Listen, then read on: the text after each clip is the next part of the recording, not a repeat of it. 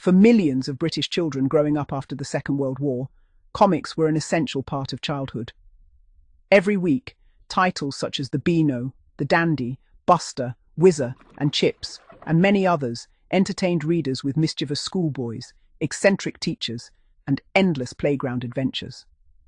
While many stories were wildly exaggerated for comic effect, they also reflected the everyday experiences of the children who eagerly read them.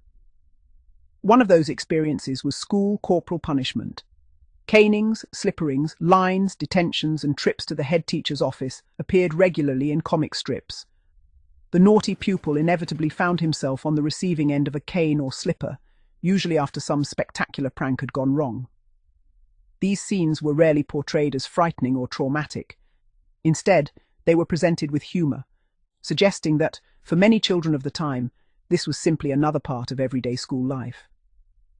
Looking back today, these comics provide an intriguing snapshot of changing social attitudes. They raise an interesting question. If the average child had been deeply traumatized by corporal punishment, would publishers have featured it so frequently in comics aimed at entertaining young readers? It seems unlikely. Whether deserved or not, corporal punishment was generally regarded as part of the educational culture of the period, and the comics reflected that reality.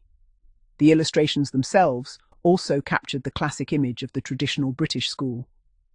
Teachers were frequently shown wearing gowns and mortarboards while carrying a cane, even when many real schools had already begun to abandon those customs.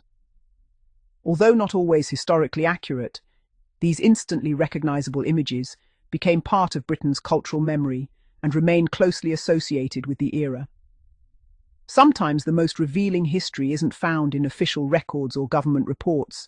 It can be discovered in the pages of the comics that generations of children eagerly read every week.